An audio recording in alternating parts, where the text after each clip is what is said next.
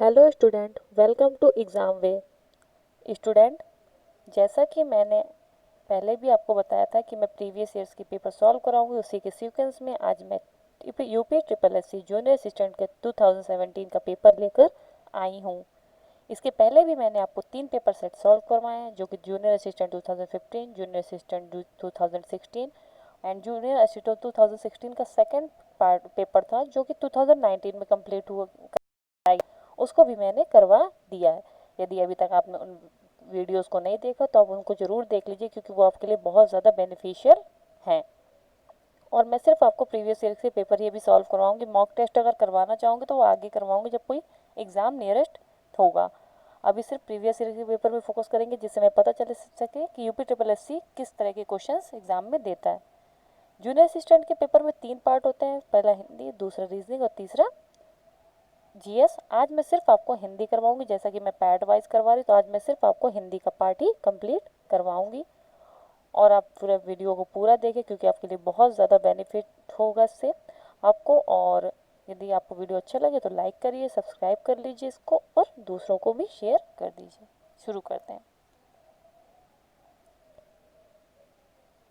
हिंदी हिंदी एक मिनट। आपका भविष्य उज्जवल हो, अर्थ की दृष्टि से वाक्य भेद बताइए। प्रश्नवाचक, निषेधात्मक, निषेधवाचक, इच्छावाचक या आज्ञावाचक। तो राइट आंसर इज इच्छावाचक। इच्छावाचक, क्योंकि यहाँ पे क्या कह रहा है, हम किसी को विश कर रहे हैं। जब हम किसी को विश करते हैं या हम किसी की अच्छे भविष्य की अच्छी कामना करते हैं या किसी को आशीर्वाद देते हैं, तो वो क्या होता है, इच्छा से देते हैं। ऐसा तो नहीं कि हमसे कोई जबरदस्ती करवा रही है, हमें कोई आज्ञा दे रहे हो। तो इसलिए हम यहाँ पर इच्छावाचक लगाएंगे। प्रश्नवाचक वाक्य ऐसे होते हैं जैसे कि तुम क्या कर रहे हो, तुमने क्या खाया। निषेधवाचक होते हैं जैसे कि तुम बाजार नहीं गए, ये आपका निषेधवाचक हो गया। आज्ञावाचक, एक गिलास पानी लेकर आओ, तो ये क्या आज्ञावाचक वाक्य है। नेक्स्ट, निम्न में कौन सा वाक्य कृतवाच्य। अध्यापक द्वारा विद्यार्थियों को पाठ पढ़ाया गया, अध्यापक ने विद्यार्थियों को पाठ पढ़ाया, अध्यापक ने विद्यार्थियों को पाठ पढ़वाया, अध्यापक द्वारा विद्यार्थियों से पाठ पढ़ा गया। तो राइट आंसर इज बी। जहाँ पर कर्ता की प्रधानता हो, क्रिया के रूपांतरण में कर्ता की प्रधानता हो, क्योंकि क्रिया तो इंपॉर्टेंट होती है, क्रिया को करने वाला, क्रिया को किसके ऊपर हो रहा है, किसके द्वारा हो रहा है, तो ये सब चीज़ें इंपॉर्टेंट। लेकिन जहाँ पर कर्ता की प्रधानता होती है वहाँ पर कृत्यवाच्य, जहाँ कर्म की प्रधानता हो कर्मवाच्य, और जहाँ भाव की प्रधानता वहाँ पे भाववाच्य वाच्य होता है। ला और सा का उच्चारण किस स्थान से होता है, कंठ, दंत, ओष्ठ या तालव्य। तो द राइट आंसर इज दंत। जो ला और सा होता है वो आपको किससे बोला जाता है, तालु से बोला जाता है। कंठ से आपका का वर्ग आ और आ बोला जाता है, हा और विसर्ग बोला जाता है। ओष्ठ से आपका उ और पा वर्ग, और तालव्य से आपका ई चा वर्ग या तथा शा बोला जाता है। नेक्स्ट, आपको दिए गए विकल्पों में रिक्त स्थान के लिए सही विकल्प बताइए। आदि कवि ब्लैंक से ने संस्कृत में रामायण की रचना की। वाल्मीकि, वाल्मीकि, वाल्मीकि, वाल्मीकि या वाल्मीकि। और पेन पेपर लेकर बैठिएगा, लास्ट में मुझे कमेंट करके जरूर बताइए कि आपने कितने राइट आंसर किए हैं। इससे आपको ये भी पता चलेगा कि आपकी तैयारी कहाँ तक पहुँच चुकी है। तो द राइट आंसर इज, यहाँ पे देखिए ए और डी दोनों सेम है, और यही आपका राइट आंसर है। यहाँ पे ए ऑब्लिक डी दोनों राइट आंसर है, दोनों राइट आंसर। नेक्स्ट, स्वरों का उच्चारण व्यंजनों की सहायता से होता है, अनुसार की सहायता से होता है, अनुनासिक की सहायता से होता है, या बिना किसी सहायता से होता है। राइट आंसर इज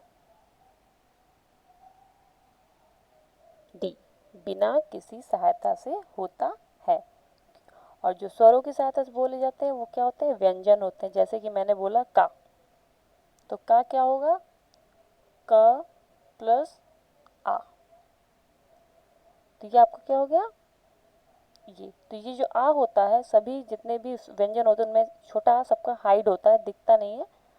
इस तरह लिखते हैं हम सबको। तो जो स्वरों की सहायता से बोलते हैं उसे हम व्यंजन कहते हैं। नेक्स्ट, जिस भाषा का अनुवाद किया जाता है उसे क्या कहते हैं।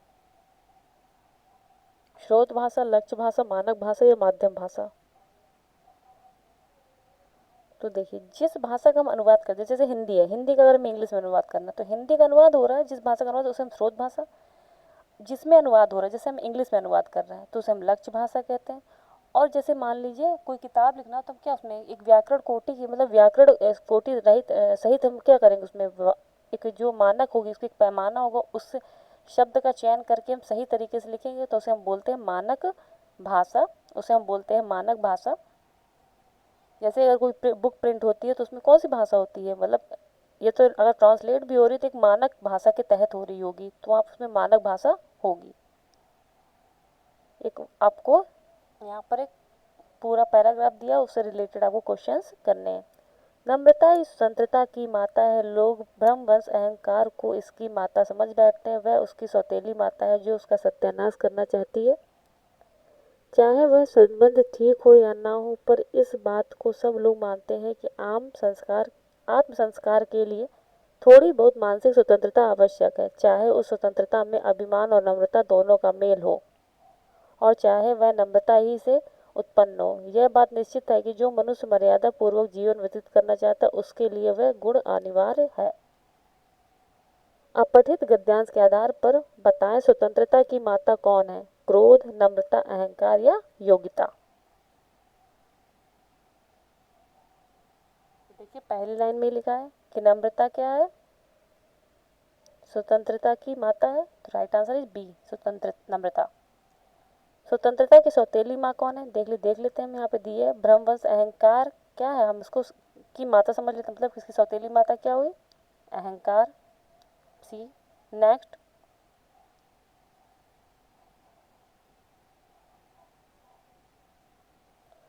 आत्म संस्कार के लिए आवश्यक है मानसिक स्वतंत्रता, आर्थिक स्वतंत्रता, राजनीतिक स्वतंत्रता या भौगोलिक स्वतंत्रता? देख लेते हैं हम। देखिए यहाँ पे लिखा हुआ आत्म संस्कार के लिए थोड़ी बहुत मानसिक स्वतंत्रता आवश्यक है, तो राइट आंसर इज मानसिक स्वतंत्रता। नेक्स्ट, प्रस्तुत गद्यांश का शीर्षक बताइए। आत्मबल, नैतिक बल और अभिमान। तो देखिए आपने पूरे चैप्टर में क्या पढ़ा? स्वतंत्रता के बारे में पढ़ा, तो राइट आंसर क्या हो जाएगा आपका इसका? डी, स्वतंत्रता। दिए गए विकल्पों में रिक्त स्थानों के लिए उचित मुहावरे का प्रयोग कीजिए। पुलिस को देखकर चोर हो गई, क्या हुए? 9 2 11, अंगूठा दिखाना, अंधे की लकड़ी या आंख का तारा? तो राइट आंसर क्या हो जाएगा? 9 2 11, मतलब भाग गई, अर्थात कि चंपत हो गए। हम लोग कहते हैं ना चंपत हो गए, तो चोर क्या हो गए? चंपत हो गए, मतलब 9 2 11 हो गए। अंगूठा दिखाना, किसी को कोई चीज़ के लिए मना करना, अंधे की लकड़ी मतलब एकमात्र सहारा, और आंख का तारा मतलब बहुत ज़्यादा प्यारा होना। नेक्स्ट, निम्नलिखित शब्दों में कौन सा शब्द सूर्य का पर्यायवाची नहीं है? दिवाकर, प्रभाकर, सुधाकर या भास्कर? राइट आंसर होगा आपका सी, सुधाकर। सुधाकर आपका चंद्रमा का पर्यायवाची होता है, बाकी सब आपके सूर्य के पर्यायवाची। सूर्य के आने पर्यायवाची होते जैसे सविता, भानु, भास्कर, दिनकर, दिवाकर, रवि, प्रभाकर, पतंग, अंशु, अर्क, अंशुमाली, अर्क, मर्ची, और आपका हंस, तरडी, ये सब आपके क्या सूर्य के हैं। और इसी प्रकार से अगर चंद्रमा के देखें तो चंद्रमा का हो गया सोम, सुधा, सोम, सोम नहीं सॉरी, शशि, सुधा, और सुधाकर, सॉरी सुधा नहीं होता, सुधाकर, राकेश, हेमकर, द्विजराज, छपाकर, रजनीपति, राकापति, कालनिधि, सब आपके चंद्रमा के होते हैं। नेक्स्ट, दिए गए विकल्पों में से अमृत का विलोम शब्द भय, सुधा, विष या जलज? तो राइट आंसर इज विष। अमृत का जो विलोम होता है वो होता है विष। श्री रामचरितमानस की रचना किस कवि ने की है? कबीरदास, सूरदास, तुलसीदास या मीराबाई? बताइए क्या है इसका आंसर?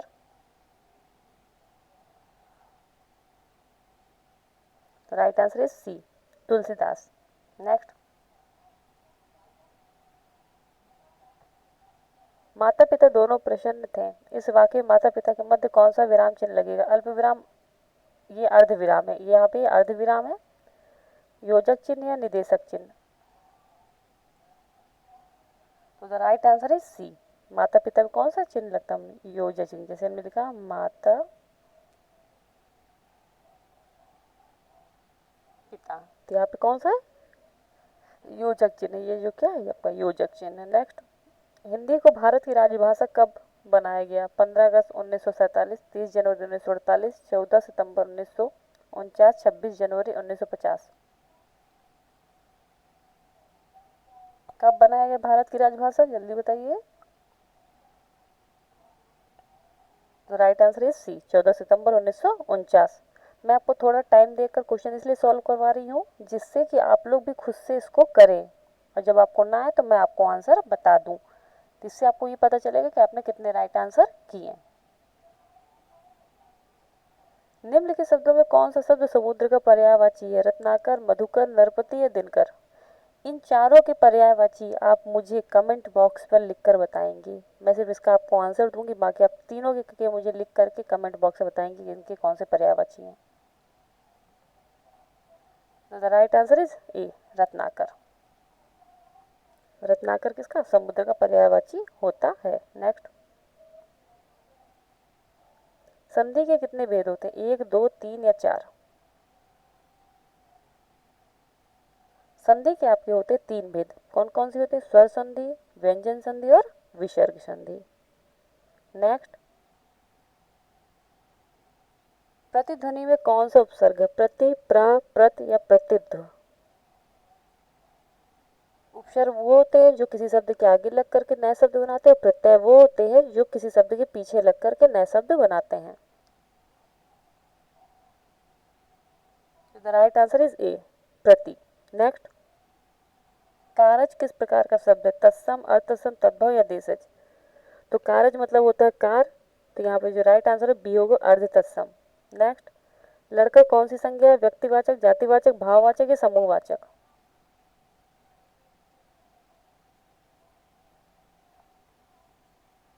तो लड़का आपका जातिवाचक संज्ञा है। नेक्स्ट,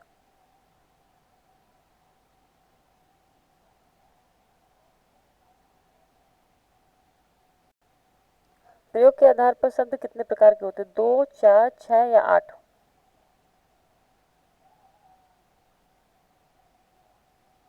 तो राइट आंसर इज ए, प्रयोग के आधार पर 2 प्रकार के होते हैं। नेक्स्ट, अधिसूचना प्रकाशित होती है सरकारी गजट में, सरकारी पत्रिका में, किसी भी पत्रिका में, समान पत्र के रूप में?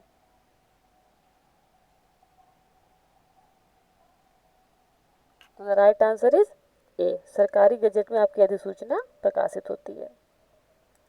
निम्नलिखित विकल्पों में से कौन सा सरल शब्द का विलोम शब्द नहीं है?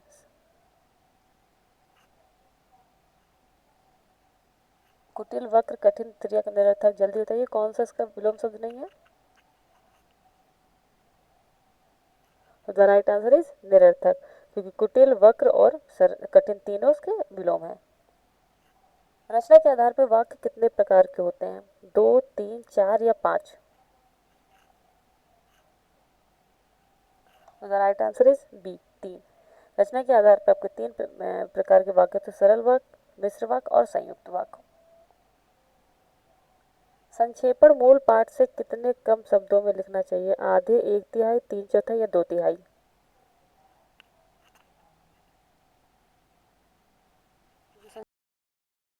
संक्षेपण अगर आपका 150 शब्दों का पूरा पूरा आपका एक दिया गया है, एक पूरा चैप्टर, तो आपको अगर उससे कहा जाए कि आप संक्षेपण में लिखे तो आप 1/3 मतलब 50 शब्दों में लगभग उसको लिखेंगे। Right answer is B.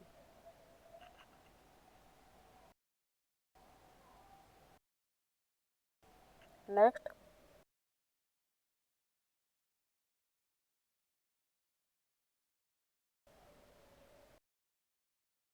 Minute,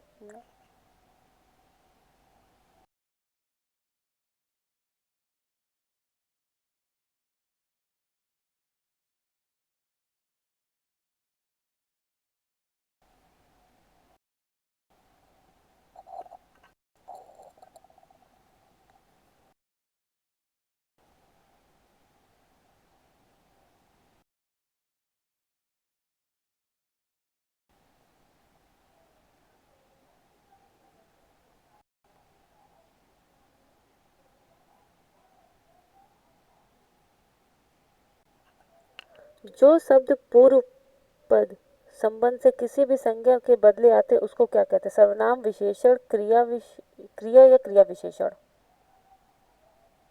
तो जो शब्द पूर्व पद मतलब संज्ञा के पहले जो आते हैं वो क्या, संज्ञा के बदले जो शब्द आते हैं उनको हम क्या कहते हैं, सर्वनाम। आई होप ये सबको पता होगा। नेक्स्ट, श्रृंगार रस का स्थायी भाव क्या है, रति, क्रोध, हास या विस्मय। तो द राइट आंसर इज ए। श्रृंगार रस का जो स्थायी भाव होता है वो रति होता है। हास्य रस का स्थायी भाव हास, करुण रस का स्थायी भाव शोक, वीर रस का स्थायी भाव उत्साह, रौद्र रस का स्थायी भाव क्रोध, भयानक रस का स्थायी भाव भय, विभत्स रस का स्थायी भाव जुगुप्सा या घृणा, अद्भुत रस का स्थायी भाव विस्मय या आश्चर्य, शांत रस का स्थायी भाव निर्वेद, वैराग या फिर सम होता है। ये तीनों में से कुछ भी आ सकता है। निर्वेद ज्यादा बोलते हैं लेकिन वैराग और सम भी होता है। वात्सल रस का स्थायी भाव वात्सल्य, भक्ति रस का स्थायी भाव अनुराग या फिर रति।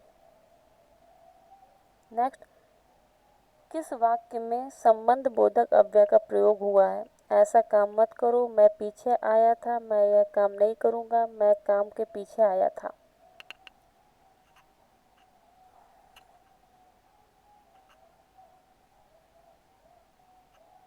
राइट आंसर इज डी, मैं काम के पीछे आया था। मतलब काम और उसके मतलब उसके पीछे आने, मतलब उसका रिलेशन जो बता रहा हूँ के थ्रू, के द्वारा आपको रिलेशन बता रहे हैं, यहाँ पे संबंध बोधक होगा।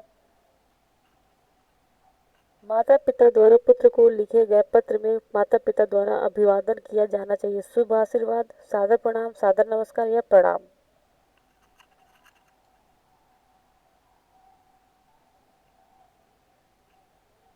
तो राइट आंसर इज ए, शुभ आशीर्वाद, क्योंकि उस प्रणाम तो करेंगे नहीं किसी भी अपने पुत्र को, सादर नमस्कार भी नहीं करेंगे, वो शुभ आशीर्वाद देंगे।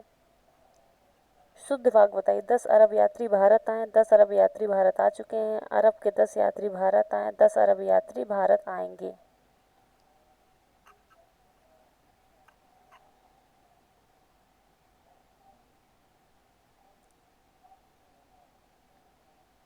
The right answer is C, अरब के 10 यात्री भारत आए। नेक्स्ट, निम्नलिखित शब्दों में कौन सा शब्द पुल्लिंग है, संकल्प, लज्जा, घटना या प्रार्थना।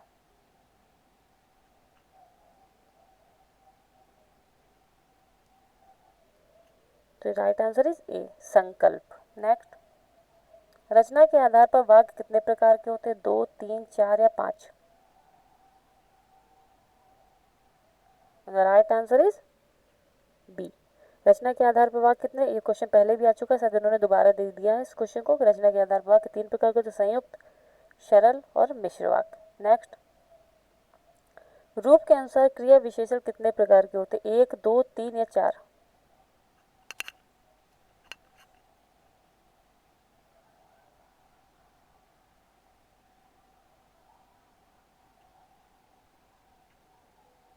तो रूप के आधार पर क्रिया विशेषण आपके 4 प्रकार के होते हैं। कौन कौन से, स्थान बोधक क्रिया विशेषण, काल वाचक क्रिया विशेषण, परिणाम वाचक क्रिया विशेषण और रीतिवाचक क्रिया विशेषण। नेक्स्ट, अर्थ के अनुसार क्रिया विशेषण कितने प्रकार के होते हैं, एक मिनट में गलत बता गई आपको। रूप के अनुसार जो आपके क्रिया विशेषण होते हैं वो सिर्फ 3 प्रकार के होते हैं, 3 प्रकार के होते हैं। और जो आपके अर्थ के आधार पे होते हैं वो 4 प्रकार के होते हैं, स्थानवाचक, कालवाचक, परिणामवाचक और रीतिवाचक। नेक्स्ट, अंश और अंश शब्द युग्म का सही अर्थ बताइए, कंधा हिस्सा, हिस्सा कंधा, कंधा स्त्री, आग हिस्सा।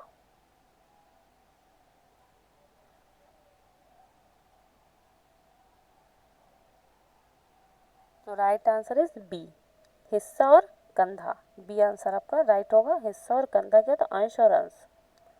नेक्स्ट, गोदान के लेखक कौन है, प्रेमचंद, महादेवी वर्मा, चतुर्सेन या रांगे राघव।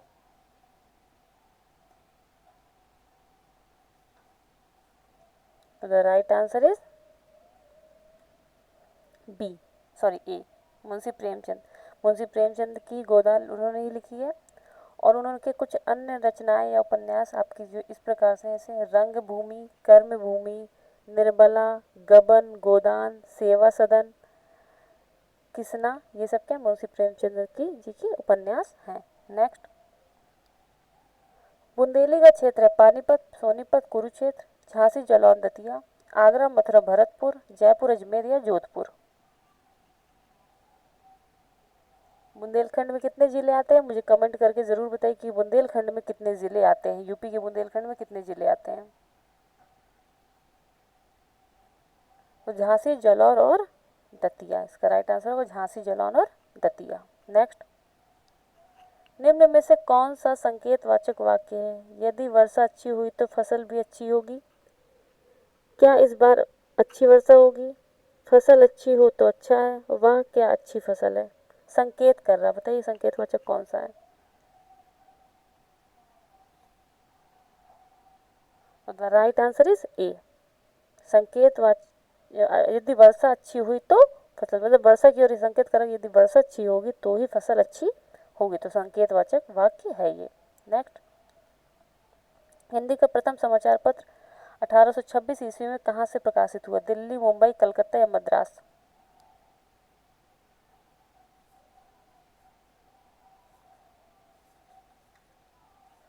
तो the right answer is C, जो आपका पहला जो पत्र था वो कहाँ से निकला गया था? आपका कलकत्ता से 1826 में। नेक्स्ट, बस आज के सारे क्वेश्चन यहीं तक थे। आई होप आपको ये सेशन सही लगा होगा, अच्छा लगा होगा। कमेंट करके मुझे बताइएगा, और यदि आपको कोई भी पेपर प्रीवियस ईयर का पेपर चाहिए तो आप मुझे कमेंट करके ज़रूर बताइए, मैं उस पेपर को ज़रूर सॉल्व करवाऊँगी, जिससे कि आपके आने वाले एग्ज़ाम्स में आपको बहुत सारी हेल्प मिल सके। और सेशन को लाइक करिए, सब्सक्राइब करिए। Thank you.